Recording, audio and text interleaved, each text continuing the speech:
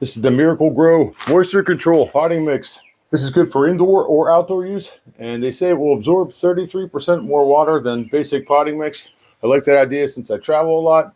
They say it'll continuously feed your plants or flowers for up to 6 months. It's perfect to get me through the spring and the summer months. Some people said this stuff's mulchy. I'm not seeing it really. There's little, bits and pieces in here, but it's not too chunky at all. I don't think so.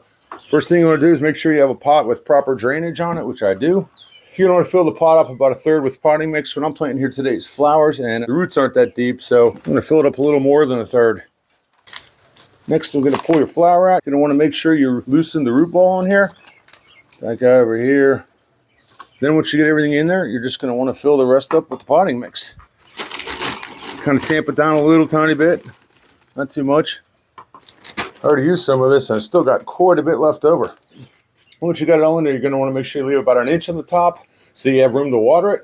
Now I'll just water it and I'll let it drain, and we'll check up on it periodically and see how it's doing. There you go.